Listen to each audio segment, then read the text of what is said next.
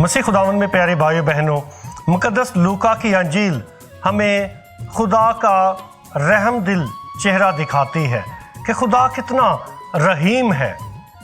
इसमें बहुत से ऐसे वाक़यात हैं, मौजज़ात हैं, तमसीलें हैं जिसमें खुदा के पुररहम रहीम चेहरे को दिखाया गया है। जैसा कि एक बेवा के बेटे का ज़िंदा करना, सलीब पर खुदा यीशु मसीह एक डाकू को माफ़ करता है, उस पर रहम करता है।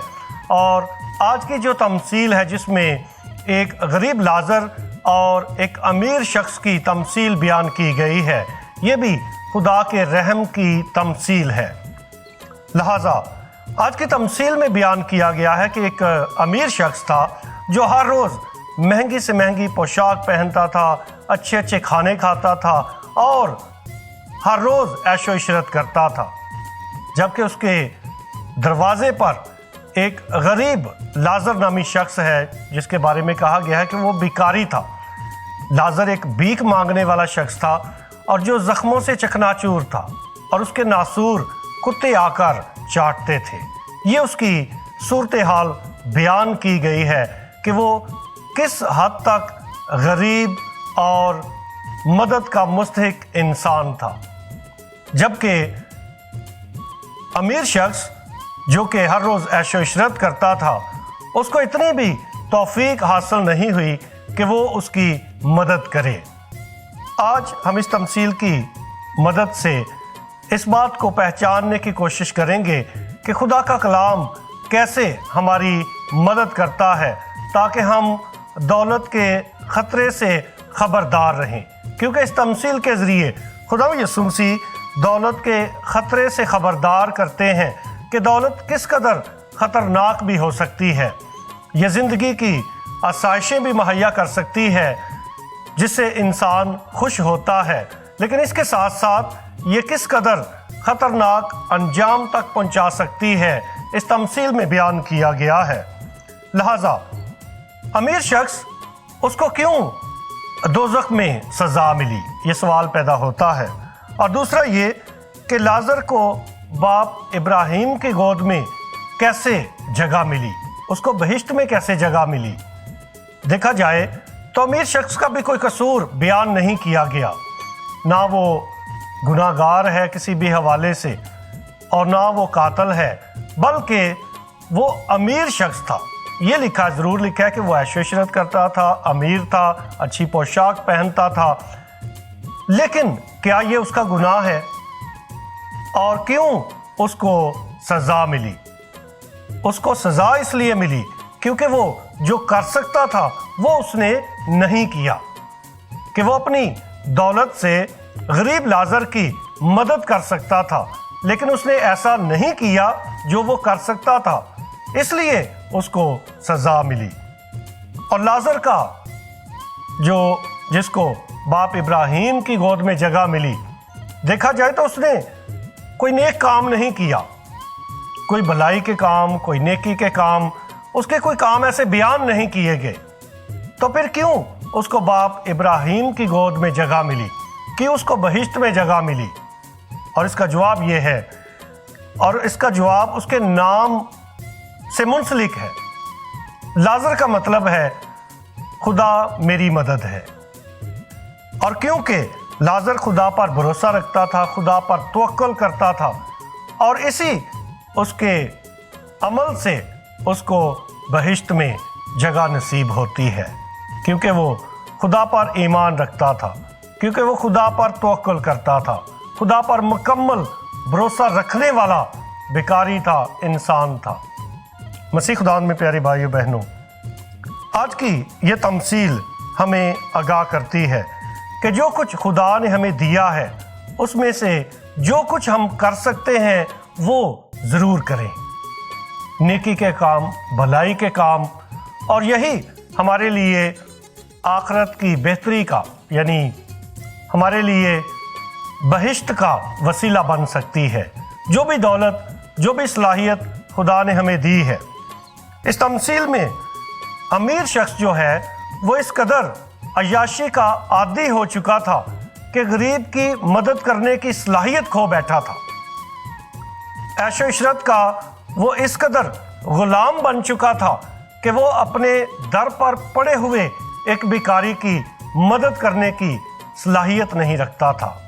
गो के वो बहुत कुछ कर सकता था उसके लिए, उसको अच्छी पोशाक भी पहना सकता था, उसको अच्छा खाना भी खिला सकता था, लेकिन उसको सिवाय अपनी ऐशो इशरत के और कोई चीज़ नज़र नहीं आई।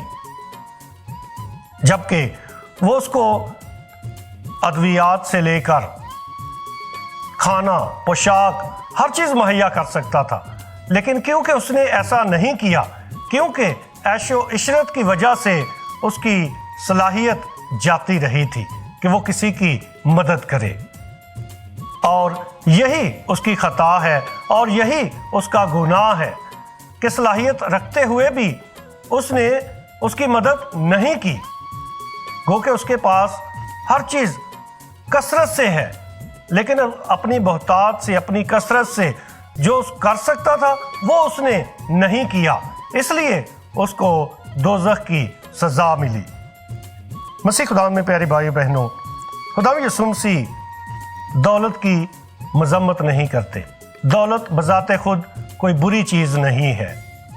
दौलत या अमीर होना, दौलतमंद होना, अमीर होना, ये भी खुदा का फजल हो सकता है, और इसी में से दूसरों की मदद करके हम अपने लिए बहिश्त में जगह बना सकते हैं, मकाम हासिल कर सकते हैं। और आज की पाक अंजील हमें आगाह करती है कि ये दौलत हम जो खुदा की देन है, खुदा का फजल है, इसको ज़िम्मेदारी के साथ इस्तेमाल करें। बुज़ुर्ग जो बड़ी मेहनत करते हैं वो अपनी हिकमत से आज भी इस बात का जिक्र करते हैं कि रुपए जो है ये दरख्तों पे नहीं लगते, क्योंकि उन्होंने मेहनत से कमाए हैं, इसलिए वो अपने बच्चों की तरबियत करते हैं ताकि वो दौलत को, रुपए पैसे को ज़ाया ना करें, बल्कि उनकी कदर करना सीखें। और जॉर्ज कार्लसन जो एक बहुत अच्छी किताब के जिसने दुनिया भर में शोहरत हासिल की है, the richest man in Babylon, बाबल का अमीर तरीन शख्स, वो अपनी किताब में लिखता है कि दौलत ऐसे ही बढ़ती है, नशोनुमा पाती है, जैसे दरख्त जो है एक बीज से नशोनुमा पाता है, कि आप एक छोटा सा बीज बोते हैं और देखते देखते वो एक बहुत बड़ा दरख्त बन जाता है। ऐसे ही दौलत भी बढ़ती है, और दौलत उस वक्त बढ़ती है जब उसको संभालते हैं, जब आप जमा करना सीख लेते हैं। और जो लोग दौलत को जमा करना नहीं सीखते, अच्छे तरीके से संभालना नहीं सीखते, वो हमेशा गरीब रहते हैं, उनके दिन कभी नहीं बदलते। और बुजुर्गों का ये कहना कि रुपए जो है ये दरख्तों पर नहीं लगते, इसमें बहुत बड़ी हिकमत है। जॉर्ज कार्लसन इस बात पर भी रोशनी डालता है कि दौलत दरख्त की मानिंद बढ़ती है, क्योंकि जब उसकी आप देखभाल करते हैं, उसको संभालते हैं, जैसे आप एक पौधा लगाकर उसको पानी देते हैं, उसकी नशोनुमा करते हैं, खुदाई करते हैं, इर्द गिर्द खाद डालते हैं या पानी डालते हैं, तो वो नशोनुमा पाता है। ऐसे ही दौलत भी जब आप उसकी देखभाल करते हैं, उसकी इन्वेस्टमेंट करते हैं, तो यकीनन ये दौलत बढ़ती है। और इसके लिए वो एक और बात अपने दोस्तों को बताता है। इसमें जो अमीर, बाबल का अमीर तरीन शख्स है, उसके दोस्त उसे सवाल करते हैं कि जिस स्कूल से तू पढ़ा है हम भी वहीं से पढ़े हैं, और क्या बात है कि तू इतना दौलतमंद हो गया है। और फिर वो अपनी हिकमत उनको बताता है कि मैं कैसे अमीर या दौलतमंद शख्स कैसे बना हूँ, और फिर वो उनको राज बताता है कि आप कैसे दौलतमंद बन सकते हो। और राज की बात उनको ये बताता है कि जब आप कमाते हैं, मेहनत करते हैं, तो अपने लिए उसमें से कुछ ना कुछ महफूज करो, और जो महफूज करते हो उसको अच्छे तरीके से इन्वेस्ट करो। और उसके लिए वो बताता है कि आप कैसे हमाकत कर सकते हैं। एक शख्स की वो रहनुमाई करता है कि आपने अपने लिए जो कुछ कमाते हैं उसमें से महफूज करना है, और साल के बाद आकर उसको पूछता है कि तुमने कुछ अपने लिए महफूज किया है, और वो कहता है कि हाँ मैंने महफूज किया है। फिर वो कहता है कि उसके साथ आपने उसको कैसे इस्तेमाल किया है। وہ کہتا ہے کہ ایک اینٹیں بنانے والا شخص تھا, وہ دوسرے ملک جا رہا تھا اور میں نے اس کو دیا کہ میرے لیے سونا جو ہے وہ خرید کے لے کے آئے. اور وہ بہت حیران ہوتا ہے, اس پہ ہنستا ہے کہ ایک اینٹیں بنانے والوں کے ساتھ آپ نے مشورہ کیا ہے کہ میرے لیے سونا لے کر آنا. اس نے کہا یہ آپ نے بہت بڑی غلطی کی ہے. اگر آپ نے سونے کا کاروبار کرنا ہے تو آپ اس کے ساتھ مشورہ کرو گے جو اینٹیں بناتا ہے.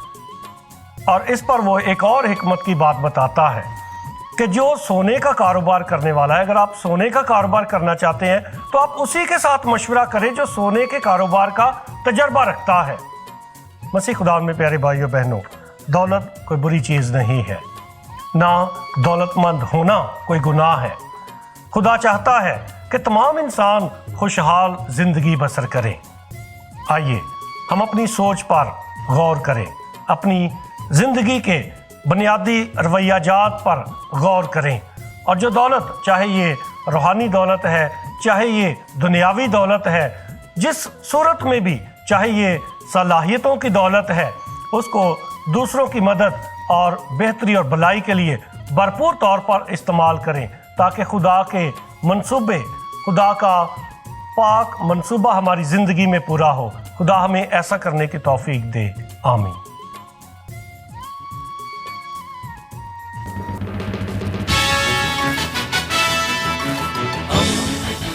دوستی کا پیمبر, ریڈیو ویریتاس ایشیا.